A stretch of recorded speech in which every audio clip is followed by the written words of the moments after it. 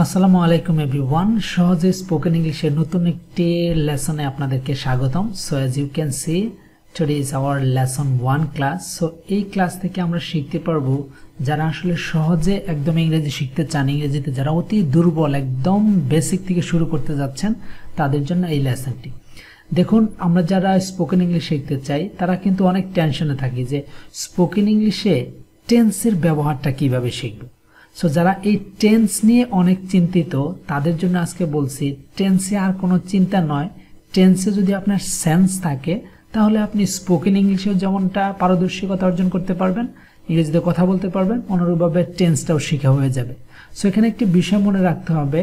So academic অর্থাৎ আমরা যদি গ্রামাটিক্যালে যাই সেক্ষেত্রে টেন্সের ব্যবহার এক ধরনের হয়, আর স্পোকেন ইংলিশে টেন্সের একটা আলাদা ব্যবহার রয়েছে। ঠিক আছে? সো আজকে আমরা এই টেন্স দিয়ে স্পোকেন ইংলিশ শিখব, এবং আমরা যখন টেন্স দিয়ে স্পোকেন ইংলিশ শিখব তখন আমাদের অটোমেটিক্যালি আমরা গ্রামাটিক্যালেও অনেক এক্সপার্ট হয়ে যাব। গ্রামাটিক্যালও আমরা যখন করতে যাব তখন টেন্সটা আমরা আপাতত পারবো। ঠিক আছে? সো স্পোকেন ইংলিশের টেন্স আমাদের কেন মনে থাকে না, আপনাদের কেন মনে থাকে না, আমি সেটাই দেখাবো। আর কীভাবে আপনাদের মনে থাকবে, টেন্সও পারবেন স্পোকেনও পারবেন, দুটো একসাথে হলে অনেক ভালো হয় না? এক্স্যাক্টলি। সো আমরা জানি টেন্স 3 প্রকার, এটা আমাদের একটু জানা দরকার, বিস্তারিত আমরা জানবো না। সো আমরা জানি টেন্স কত প্রকার, 3 প্রকার। সো প্রেজেন্ট টেন্স বা বর্তমানকাল, পাস্ট টেন্স অতীতকাল, ফিউচার টেন্স মানে ভবিষ্যৎকাল। অর্থাৎ প্রেজেন্ট টেন্স মানে বর্তমানে আমরা যা কিছু করছি তাই, আর পাস্ট টেন্স মানে অতীতকালে আমরা যা কিছু করেছিলাম সেগুলোকে বোঝায়, আর ফিউচার টেন্স মানে আমরা তো জানি যে আগামীকাল কিংবা ভবিষ্যতে আমরা যে কাজ করব সেটাকে বোঝায় ফিউচার টেন্স। আপনারা জানেন এই প্রত্যেকটি টেন্সকে কিন্তু আবার 4 ভাগে ভাগ করা হয়েছে, তাই না? এগুলো আমরা অনেক জানি, অনেক স্ট্রাকচার পড়েছি ছোটকাল থেকে। আমাদের কিন্তু এই স্যার ওই স্যার আমাদেরকে কিন্তু শিখিয়েছে। আজকে আমাদের প্র্যাকটিক্যাল লাইফে বাস্তবে কিন্তু আমরা অ্যাপ্লাই করতে পারি না, বলতে পারি না। সো এখন কীভাবে পড়লে আমরা সেটা মনে রাখতে পারবো সেটা চলুন শেখা যাক। সো দেখুন, আমরা যেহেতু স্পোকেন ইংলিশকে প্রাধান্য দিয়ে করছি এই জন্য সাবজেক্ট অফ স্পিকিং। সো দেখুন, আমরা যখন ইংরেজিতে কথা বলতে যাই, সো কেউ না কেউ কথা বলে, তাই না? একটা সাবজেক্ট অবশ্যই লাগে। এই জন্য আমি দিয়েছি সাবজেক্ট অফ স্পিকিং। স্পিকিং করার সাবজেক্টটা কে? এখানে আমি দিয়েছি আই মানে আমি, উই মানে আমরা, ইউ মানে তুমি বা তোমরা, দেই মানে তারা, হি অর শি মানে সে, ছেলে অর্থে হি, মেয়ে অর্থে সি। ঠিক আছে? আমরা সাবজেক্ট অফ স্পিকিং শিখে ফেললাম। এই ওয়ার্ডস দিয়ে অনেক সময় আমরা কিন্তু প্রায়শই ইংরেজিতে কথা বলে থাকি। ঠিক আছে? আমি বলি না, উই বলে না, ইউ বলে, দে বলে বা হি সি, কেউ না কেউ কথা বলে, তাই না? তারপরে এই ডান সাইডে আপনারা দেখতে পাচ্ছেন প্রেজেন্ট টেন্স, অর্থাৎ আজকের লেসন থেকে আমরা শিখতে পারবো প্রেজেন্ট টেন্স। প্রেজেন্ট টেন্স বলতে কি? প্রেজেন্ট ইনডিফিনিট টেন্স আমরা শিখব। ঠিক আছে? সো প্রেজেন্ট টেন্স মানে হচ্ছে প্রেজেন্ট ইনডিফিনিট টেন্স, একই কথা। ওই যে 4 ভাগে ভাগ করেছে সেইটার প্রথমটা present indefinite tense. So present indefinite tense কিভাবে হয় গঠন, আমরা তো গঠন লিখি নাই, সে আমাদের আকবর স্যার শিখিয়েছিল যে সাবজেক্ট প্লাস ভার্বের প্রেজেন্ট ফর্ম, তারপর অবজেক্ট, এইভাবে। আবার অনেক স্যার শিখিয়েছে বর্তমানকালে যে কাজ করা হয়, চলছে, চলিতেছে, বাংলা ক্রিয়া শেষে এই ছিল ওই ছিল, কত ধরনের শেখার পদ্ধতি, কিন্তু কিছুই মনে থাকে না দিন শেষে। সো এবার শেষবারের মতো ট্রাই করে দেখেন। সো প্রেজেন্ট টেন্স বা প্রেজেন্ট ইনডিফিনিট টেন্স আমরা বলবো, ব্র্যাকেটে দিয়ে দিচ্ছি। দেখুন, আমি যে এখানে যে 10টি ভার্ব নিয়েছি অর্থাৎ ওয়ার্ড নিয়েছি, এই ওয়ার্ডসগুলোকে বলা হয় ভার্ব। ঠিক আছে? এবং সবগুলোই আমি লিখেছি ভার্বের প্রেজেন্ট ফর্ম। ঠিক আছে? তাহলে জেনে নেই একবার। 1 নাম্বারটা গো মানে যাওয়া, ডু মানে করা, কাম মানে আসা, গিভ মানে দেয়া, প্লে মানে খেলা করা, লার্ন মানে শেখা, স্পিক মানে কথা বলা, রাইট মানে লেখা, হেল্প মানে সাহায্য করা, সি মানে দেখা। সো এই 10টি আমরা ওয়ার্ডস, দ্যাট মিনস ভার্ব শিখে ফেললাম। এগুলোকে বলা হয় ভার্বের প্রেজেন্ট ফর্ম। ঠিক আছে? এগুলো দিয়ে যখন আমরা বাক্য তৈরি করব, এই সকল বাক্যগুলোই প্রেজেন্ট ইনডিফিনিট টেন্স হয়ে যাবে। কিভাবে? দেখুন, এগুলো সব কিন্তু আমি বলেছি যাওয়া, করা, আসা, দেওয়া, খেলা করা ইত্যাদি সব বর্তমানের কথাই। আমি কিন্তু বলিনি যে আমি গিয়েছিলাম, আমি করেছিলাম, আমি এসেছিলাম বা আমি আসব, ভবিষ্যতের কথাও কিন্তু এখানে নির্দেশ নেই। তার মানে বোঝাই যাচ্ছে এগুলো সব বর্তমানের কথা, তাই না? এবং প্রেজেন্ট ইনডিফিনিট টেন্স কীভাবে হবে আমরা একটু প্র্যাকটিক্যালি দেখি। দেখুন এখানে সাবজেক্ট অফ স্পিকিং লিখেছিলাম, এখানে দেখতেই পাচ্ছেন। সো দেখুন আই গো, এখান থেকে আমি আই নিলাম আর এখান থেকে গো নিলাম, তারপর বাংলা হয়ে গেল কি আই গো, দ্যাট মিনস আমি যাই।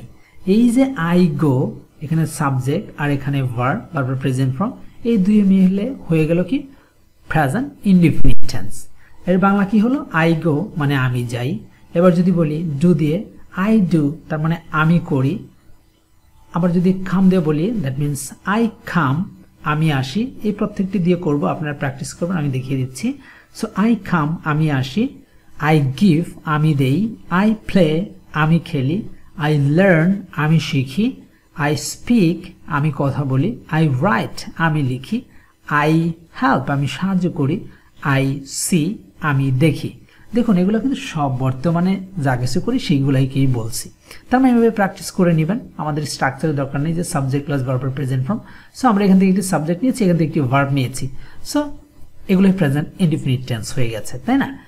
এবার আমরা কিছু এরকমভাবে প্রত্যেকটি দিয়ে আমরা করব, অনুরূপভাবে উই দিয়ে করব, তারপরে ইউ দিয়ে করব, প্রত্যেকটি দিয়ে করব। এখন আমরা এই আয়ের জায়গায় যদি এই উই দিয়ে বলি, উই মানে কি আমরা, তাহলে বলবো উই গো, দ্যাট মিনস আমরা যাই।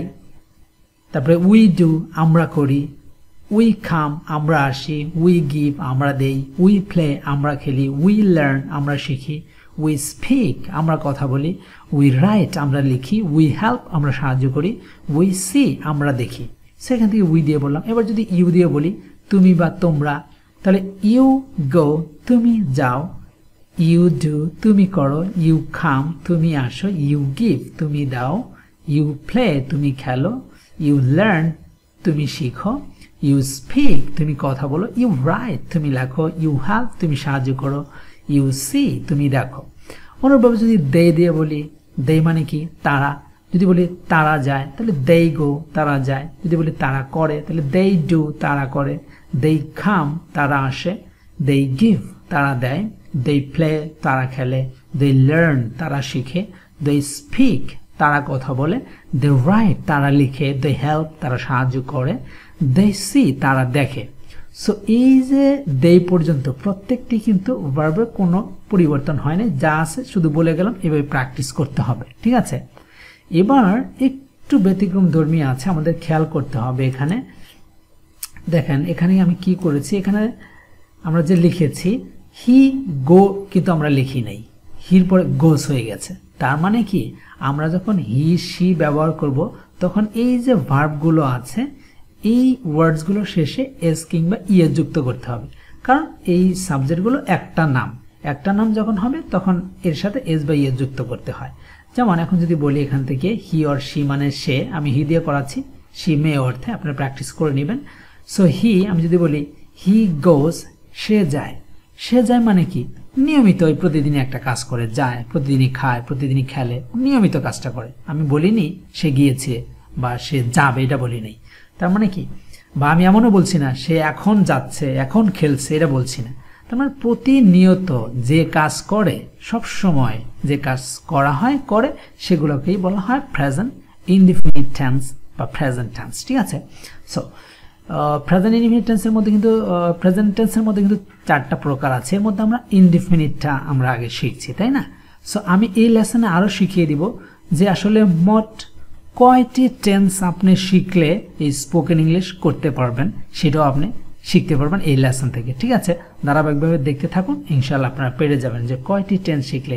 টেন্স তো টোটাল 12টি, এর মধ্যে আসলে কি 12টাই শেখা লাগবে নাকি কতগুলো শিখলে স্পোকেন ইংলিশের জন্য গুড এনাফ, সেটাও জানতে পারবেন বা শিখতে পারবেন এই লেসনের ধারাবাহিকতাভাবে।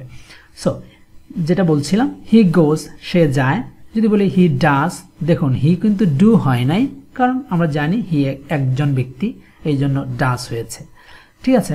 এখন হির জায়গায় একজন ব্যক্তির নামও হতে পারে, যেমন আমি যদি বলি যে বিজু, বিজু ডাজ, বিজু করে, বিজু ডু বলা যাবে না, বিজু ডাজ বলতে হবে। ওকে, হি ডাজ সে করে, হি কামস সে আজ আসে, হি গিভস সে দেয়, হি প্লেস সে খেলে, হি লার্নস সে শেখে, হি স্পিক্স সে বলে বা সে কথা বলে, হি রাইটস সে লিখে, হি হেল্পস সে সাহায্য করে।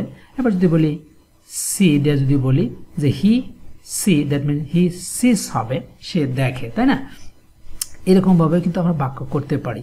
তারপরে সি দিয়ে আমরা প্র্যাকটিস করব, সি গোজ, সে যায়, মে অর্থ যদি বোঝাতে চাই, এভাবে প্রত্যেকটি দিয়ে আমরা প্র্যাকটিস করব, ঠিক আছে? সো এইভাবে যদি আপনি নিয়মিত প্র্যাকটিস করতে পারেন এবং মুখের জড়তা কাটাতে চান, তাহলে আপনাকে এইভাবে প্র্যাকটিস করতে হবে এবং ধীরে ধীরে মানুষের মধ্যে বলার প্র্যাকটিস করতে হবে। এখন আমি কিন্তু এখানে ছোট ছোট বাক্য লিখেছি যে আই গো, আমি যাই। এখন আমি যদি বলি যে আমি কোথায় যাই, আমি স্কুলে যাই, তাহলে আমি বলবো আই গো টু স্কুল, আমি স্কুলে যাই। এখন আমি যদি বলি আমি বাজারে যাই, তাহলে I go to market or বাজার। তারপরে আমি অফিসে যাই, তাহলে আই গো টু অফিস। এভাবে কিন্তু আমরা অনেক বাক্য বড় করতে পারবো। সেখানে ছোট ছোট বাক্য লিখেছি, আপনারা কিন্তু বড় করতে পারবেন, ঠিক আছে? এখানে যদি আমি বলি যেমন আই গো টু অফিস, আমি অফিসে যাই।